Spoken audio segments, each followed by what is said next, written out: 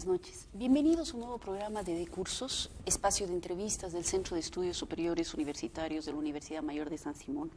Hace unos días, justo después del referéndum, surgió un gran debate en las redes y fuera de ellos sobre el control de las redes, ¿no? Una de las posturas era que había que controlar las opiniones públicas en las redes, otra de las posturas era que las redes son un espacio para la construcción de una esfera de debate ciudadano, para la consolidación y empoderamiento ciudadano.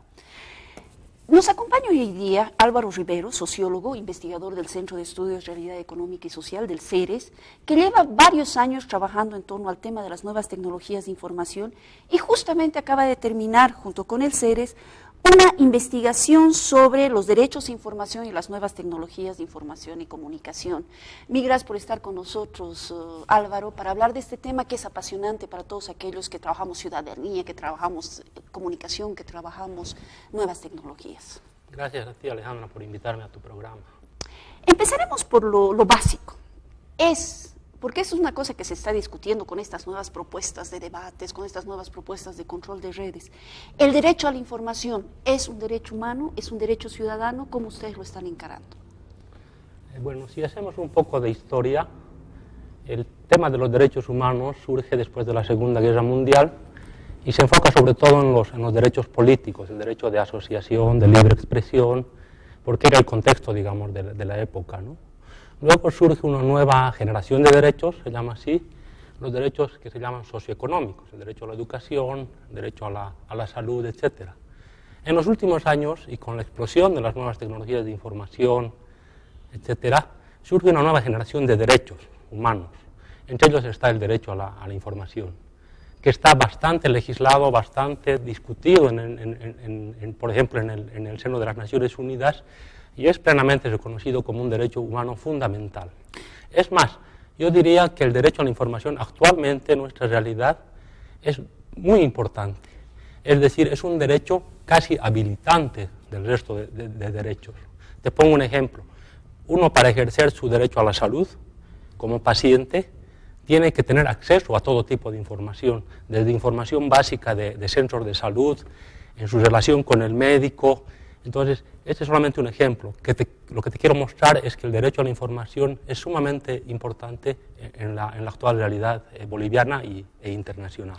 Claro, tener información te va a permitir acceder a servicios, te va a permitir criticar si no te están dando servicios, te va a permitir incluso ejercitar tu ciudadanía política.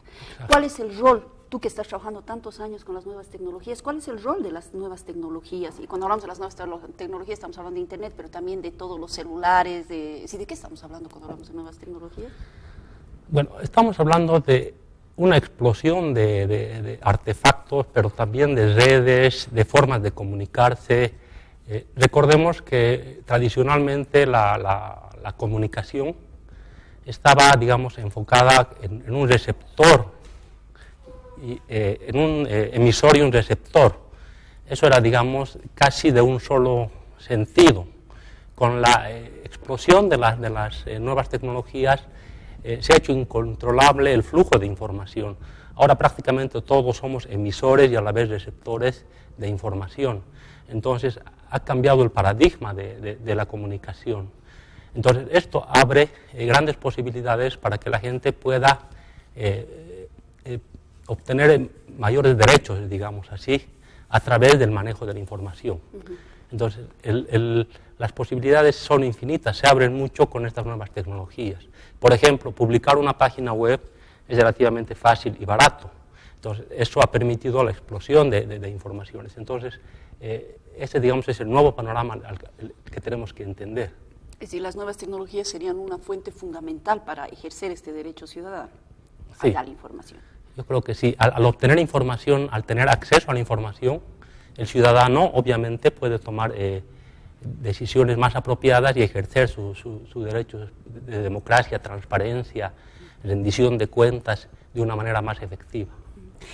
Ahora, el estudio que ustedes han hecho se focaliza más al tema de derecho a información estatal, ¿no? Es decir, tal vez no este concepto de gobierno electrónico, y ahí tal vez tú puedes diferenciar, sino como ciudadanos, ¿cuánto derecho a información tenemos a partir de las redes o cuánto estamos ejercitando nuestro derecho a información a partir de las redes para conocer qué está pasando con los gobiernos? Creo que ese es el enfoque que le han dirigido al trabajo.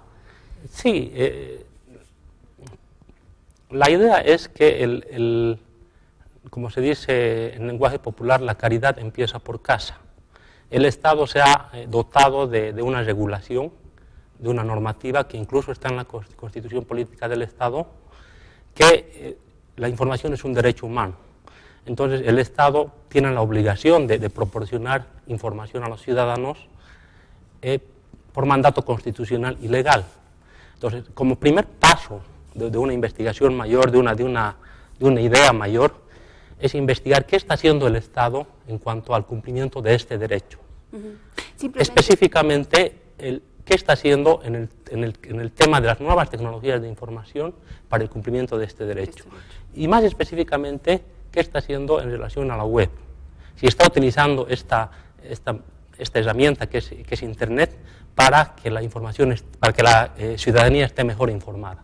Ese es el enfoque de la investigación. Antes de ver los resultados, que creo que son sumamente ricos y aportan mucho para el debate de qué está haciendo este gobierno o estos gobiernos a nivel nacional, departamental, local, para informar a la ciudadanía y que la ciudadanía puede ejercer su ciudadanía, has hablado de que está dentro, este derecho a información está dentro de la normativa estatal.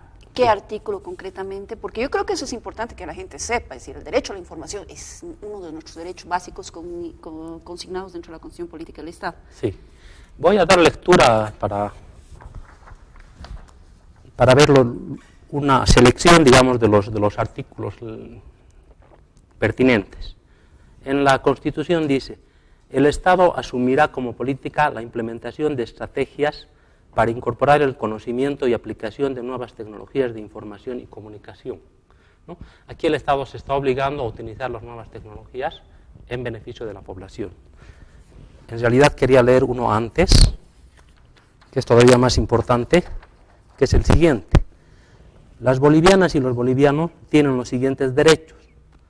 6. Acceder a la información, interpretarla, analizarla y comunicarla libremente de manera individual o colectiva. Entonces, con esos dos artículos la Constitución te está garantizando el derecho a informarte, a tener información, que te proporcionan información, y también está impulsando el Estado la utilización de estas nuevas tecnologías en este sentido. Vamos ahora a citar algunas disposiciones de la legislación internacional. Eso quería preguntarte, y ahí antes de que cites eso, es decir, no solamente es una cuestión que se ha decidido en la Constitución Política del Estado, hay toda una tendencia general que tiene que ver con la información como derecho humano, que está impulsando este derecho al acceso a información, el derecho a uso de las nuevas TICs, etcétera. Claro, y hay que recordar que los tratados internacionales suscritos por Bolivia tienen una elevada, digamos, posición en la jerarquía legal, están a la par de la Constitución, es decir, que estos tratados internacionales firmados por Bolivia tienen la misma jerarquía constitucional, entonces son de obligatorio cumplimiento, obviamente, por el Estado boliviano. Maravilla. Voy a leer un artículo del Pacto Internacional de Derechos Civiles y Políticos, ya adoptado en 1966 y entrado en vigor en 1976. Dice, toda persona tiene derecho a la libertad de expresión. Este derecho comprende la libertad de buscar, recibir y difundir informaciones e ideas de toda índole, sin consideración de fronteras, ya sea oralmente, por escrito o en forma impresa o artística, o por cualquier otro procedimiento de su elección. Entonces, aquí está claro que incluso ya en un documento que fue discutido en 1966, ya habla de que por cualquier otro procedimiento de su elección. Claro. Entonces, aquí entrarían las nuevas tecnologías de información y comunicación. Después quiero citar un artículo de la Ley de Participación y Control Social. En sus principios esenciales habla de la transparencia y la liga al tema de la información. Dice, transparencia, el manejo honesto y adecuado de los recursos públicos, así como la facilitación de información pública desde los órganos del Estado y las entidades privadas que administran recursos fiscales y o recursos naturales, de forma veraz, oportuna, comprensible y confiable. ¿Qué está diciendo este artículo? Que el Estado tiene la obligación de proporcionar información. no solamente al requerimiento del ciudadano, sino que tiene que tener una actitud de proporcionar información por varios medios, incluidas las nuevas tecnologías. Y finalmente voy a citar esto es parte de un estudio de legislación comparada en todos los países latinoamericanos. Ya. Y una de las conclusiones es la siguiente. La mayoría de las leyes sobre el derecho a la información también establecen la obligación de las entidades públicas de publicar información de manera proactiva o rutinaria, aunque no hayan solicitudes.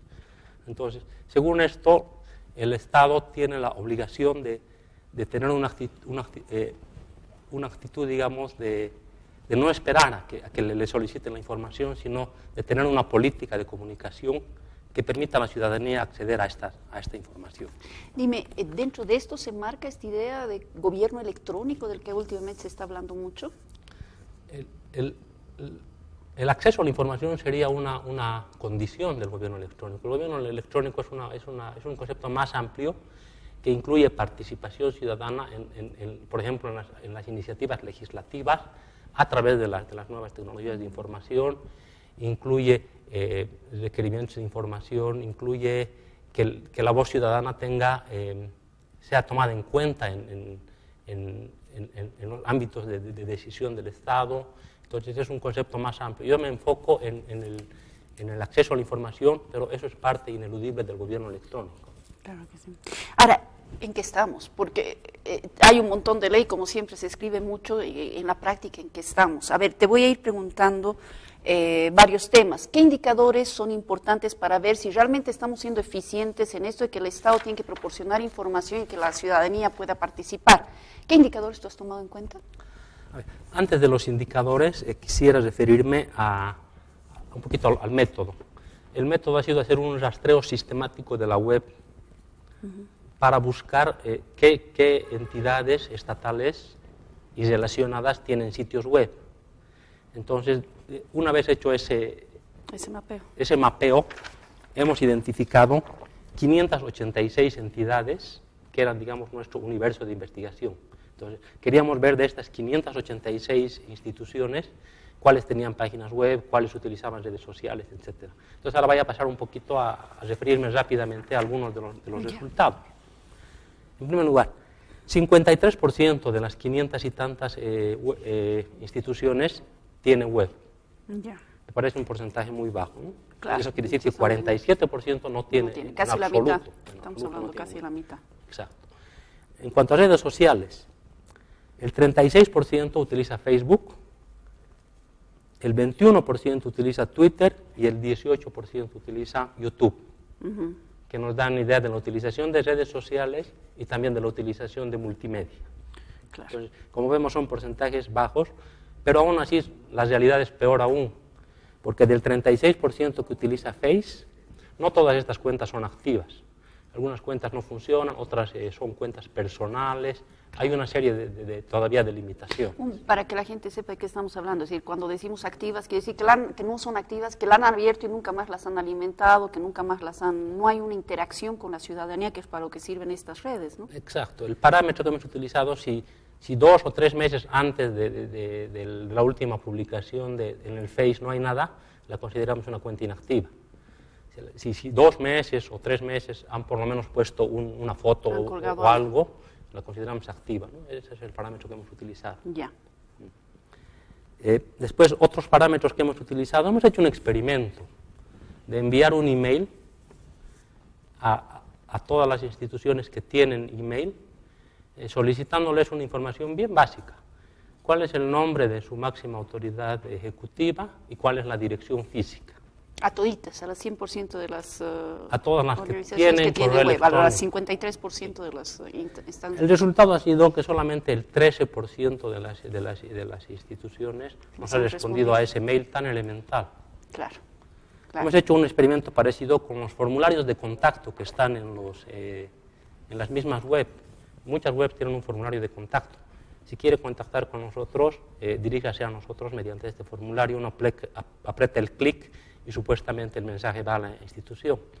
Aquí todavía es peor, solamente hemos obtenido respuesta del 8%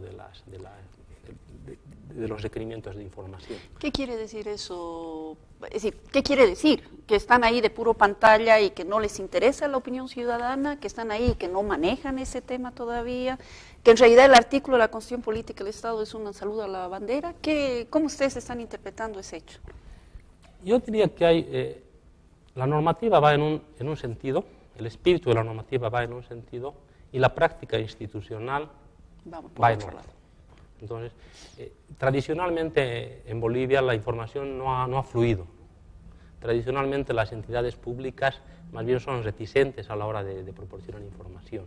Entonces, hay una especie de cultura instituida, institucional en ese sentido que digamos, condiciona las prácticas de los funcionarios públicos, ¿no? Entonces, ni siquiera en algunos casos ni siquiera hemos recibido un acuse de recibo, una cosa así, que usualmente es lo que se hace cuando uno recibe una comunicación, ¿no ve? Entonces podemos ver que hay una actitud en ese sentido de guardarse la información y de que, en vez de que fluya, que es el espíritu de la nueva normativa. Claro que sí, claro que sí. Dime, antes de pasar a seguir en tu análisis, ¿cuáles son las entidades estatales que más están difundiendo información entre las organizaciones que tú has visto que puedan hacerlo? En general, la mayor parte de las instituciones del órgano ejecutivo, del órgano legislativo, obviamente, tienen porcentajes mayores al 70-80%, en algunos casos hasta el 100% de tenencia, digamos, de página web. Dentro de los tipos de instituciones que hemos analizado son los gobiernos autónomos municipales los que tienen el menor porcentaje de utilización de las páginas web oficiales para difundir información. Los gobiernos en algunos casos es comprensible porque hay municipios muy pequeños que no llegan a 3.000 habitantes, para ellos es relativamente difícil hacer una página web. Pero digamos que el porcentaje exacto es que más es el 30% solamente de los gobiernos municipales tiene página web, el resto no tiene. Ahora eso nos lleva a un tema, que a ver, quiero ver tu reacción rapidita, que mucha gente la ha estado manejando y que lo manejaba mucho antes del referéndum, porque después del referéndum yo creo que ha cambiado la visión de la población en general sobre las redes. Creo que éramos pocos los que decíamos, ojo, las redes son importantes en toda la población. La mayoría decía, no, es para una élite, no, es para un grupo, y no había sido así, y eso nos han demostrado las redes. Mucha gente dice, sí, pero es que este tipo de servicio va a ser solamente para gente urbana, ¿es cierto? No tengo datos precisos sobre la composición urbano-rural, pero lo que te puedo decir es lo siguiente. La mayor parte de las conexiones de Internet ahora en este país son desde dispositivos móviles, desde celulares. Entonces, ¿cuál es el costo de un celular? Puedes conseguir un celular en 200 bolivianos. ¿Cuál es el costo de Internet? 2 bolivianos al día, prácticamente tú puedes navegar todo el día con 2 bolivianos, con los paquetitos que te ofrecen las compañías. Entonces, eso te muestra que el fenómeno de la utilización de las nuevas tecnologías no es, como se pensaba antes, un fenómeno restringido a una élite, etc. Es masivo. Es masivo, sí, yo estoy totalmente de acuerdo, y sobre todo mediante los dispositivos, dispositivos estos celulares. Pero también ustedes han visto, y creo que está en el estudio, o tal vez nos puedes comentar, que es mucho más difícil acceder a estas páginas desde los dispositivos móviles, celulares y demás, o no se puede hacer la distinción. Eso ha sido parte del análisis tecnológico de cómo está funcionando la red estatal, de la web estatal boliviana. Hemos analizado cuántas páginas están adaptadas al uso de dispositivos móviles, de celulares. Porque no es lo mismo diseñar una página para una pantalla grande que para una pantalla pequeña. Entonces, esto lo hemos tomado como un indicador, pero ya que me lo preguntas, es decir, de esa forma te voy a decir que solamente el 5% de las páginas web del sector estatal están optimizadas para celular. Eso no quiere decir que no se puede ver, pero quiere decir que hay dificultades en el tamaño de las letras, dificultades en el acceso, es decir, no hemos utilizado la tecnología de manera apropiada para llegar a las personas que mayoritariamente utilizan la web. Entonces, de hecho, hay un tema de que no me interesa aquí, si estoy cumpliendo y listo, o realmente tú crees que hay una intencionalidad de proporcionar información. Es difícil saber. Lo que sí puedo decir es que no se ha hecho, el Estado no ha hecho un esfuerzo importante para proporcionar la información que debía al ciudadano. Tampoco se necesita una tecnología muy de punta. Son tecnologías al alcance de técnicos que tenemos en Bolivia, pero obviamente el tema de la voluntad política es clave, ¿no? Si no hay voluntad política de proporcionar información, entonces se tienen estas limitaciones tan evidentes. Claro. Y no solamente es una cuestión técnica, ahí va mi siguiente pregunta que también ustedes la han analizado. ¿Cuál es la calidad de estas páginas web? ¿Cuál es la calidad de estas redes? Es decir, ¿hay alguna que realmente te haya sorprendido por brindar información constantemente, sacar información constantemente? Mira, no quisiera individualizar el análisis, es decir, no quisiera decir esta página es la mejor, esta es la peor, esa no es la intención de la investigación. La intención de la investigación más bien es obtener un panorama general, porque obviamente se puede individualizar. El panorama general es ese, ¿no? de que hay muchos problemas tecnológicos, hay varios indicadores que nos muestran que no se han hecho los esfuerzos para que la web estatal funcione de una manera adecuada. Una pregunta así bien personal, o porque estamos en la universidad y es un canal de la universidad, porque la universidad es una entidad pública, ¿cómo está la universidad en términos de generar información a la población y demás? Bueno, un dato halagüeño para nuestra universidad es que la página web de la UMS ocupa el primer lugar entre las universidades de Bolivia en cuanto a número de visitas. Y debe estar entre las 5 páginas web con mayor número de visitas en el país. Ahora, no me atrevería a decir que proporcionan mucha información, o tal vez sí, ¿no? Lo que pasa es que la universidad proporciona servicios a través de su página web, y toda visita a la página es considerada en las estadísticas nuestras, aunque no sea precisamente para obtener información. Claro. Aunque no sea con fines académicos, tal vez es con fines de inscripción, etcétera, ¿no? Pero de todas maneras la página de la UMS es la más visitada en cuanto a de todas las universidades del país. Es una buena noticia. Sí. Dime, porque ya se nos está acabando el tiempo, está claro que el derecho a la información es un derecho absolutamente ciudadano, que deberíamos ejercerlo. Está claro también que la mitad de las organizaciones, entidades estatales tienen una web, y que además la calidad de interacción que se pueda suscitar en ella es muy, muy baja. Es decir, estos datos que tú dices, 13% solamente te han respondido a una carta lo más sencilla, son alarmantes. Quiere decir que no hay ningún tipo de interacción con la ciudadanía. A partir del estudio, ¿qué ustedes están proponiendo, o tienen alguna propuesta sobre qué tenemos que hacer los ciudadanos para acceder más a esa información, para ejercer más nuestro derecho ciudadano a la información? Lo primero es, me parece, que reconocer la importancia que ahora tiene la información. De alguna manera la ciudadanía sabe, pero tiene que explicitar un poco que la información realmente es un derecho humano fundamental. Entonces, en cuanto, digamos, exista la demanda ciudadana de información de calidad, yo creo que el Estado se va a tener que poner en acción y brindar una información de calidad. Ahora, ¿qué se puede hacer en el ámbito estatal? Me parece que se podría conformar una especie de sistema de incentivos positivos y negativos, de manera que se pueda premiar, digamos, entre comillas, a las instituciones que mejor tengan esta política de comunicación, y castigar, entre comillas, a las instituciones que no lo hagan. Porque, digamos, nuevas leyes declarativas que enuncien el derecho a la información no son necesarias. Lo que se necesita son políticas públicas realmente de incentivo a estas políticas de comunicación. Para cerrar, tú has hecho un estudio sobre este tema, pero además estás planteando que sí, que tiene que haber mayor información. ¿Cómo tú ves este nuevo debate que se ha abierto post-referéndum, donde hay grupos que incluso dicen hay que controlar el Internet? Ni siquiera estamos hablando de la información estatal, sino de la información que pueda circular entre ciudadanos, que es Castells lo dijo muy bien, el Internet es un lugar de construcción de una esfera pública, de una esfera de interacción ciudadana. ¿Cómo ustedes están viendo ese debate? ¿Tú crees que realmente hay que hacer algún tipo de control legislativo para controlar las redes más allá del Estado? ¿O cuál es tu posición? La tendencia es a que los flujos de información sean cada vez más diversos. cada vez hay más dispositivos, más páginas, más instrumentos de comunicación. Entonces la tendencia es que los flujos de información sean incontrolables, más bien. Entonces tratar de regular, controlar las redes sociales, por ejemplo, es tecnológicamente bien difícil, ¿no? Claro. Se puede bloquear, pero eso va contra un derecho humano consagrado en la Constitución. Técnicamente y socialmente es muy difícil controlar en ese sentido.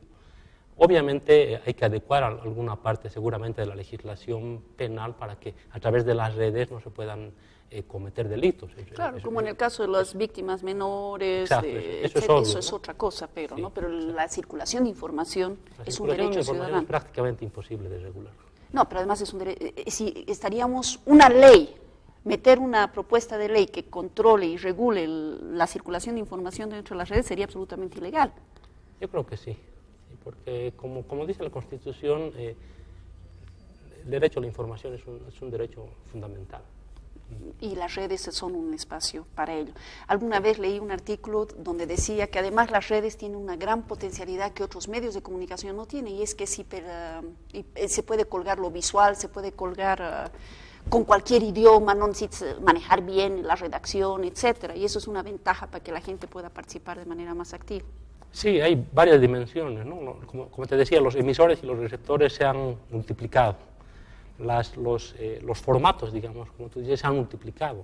Ahora uno puede mandar voz, imágenes, memes, texto, Claro. etcétera, ¿no?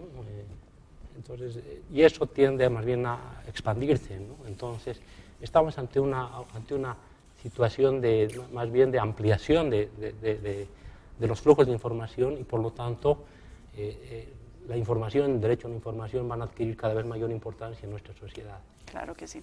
Y eso es a lo que hay que tender. Entonces, en este debate nuevo que se está abriendo, hay que justamente ver cómo se puede más bien aprovechar estas esferas, estas nuevas tecnologías para fortalecer el derecho ciudadano. Claro, porque la información está relacionada a temas como la democracia, la transparencia y también a temas socioeconómicos de bienestar. Claro. No hay que verlo como un tema aislado, sino como un asunto integral que puede contribuir a que se mejore la situación de bienestar de la gente en el país, ¿no? Claro que sí. Bueno, se nos ha acabado el tiempo, lastimosamente, Álvaro. Mil gracias por estar con nosotros y mil gracias por compartir esta investigación que ¿cuándo va a ser publicada? Yo calculo que está en trabajo de edición. Probablemente de un mes a 2 meses ya podamos tener la publicación del trabajo de investigación. ¿La van a colgar en red? Posteriormente a publicarla en libro, Ya que la estamos. vamos a colgar, pero no antes. Los vamos a visitar entonces en el CERES para poder acceder al texto completo, pero habría que colgarla, ¿no? Bueno, mil gracias, Álvaro, por estar con nosotros y mil gracias a ustedes por acompañarnos en este debate sobre un tema que es fundamental y que creo que abre pasiones, abre censuras, abre todo tipo de cuestionamientos y de ideas. Mil gracias. Gracias, Ale.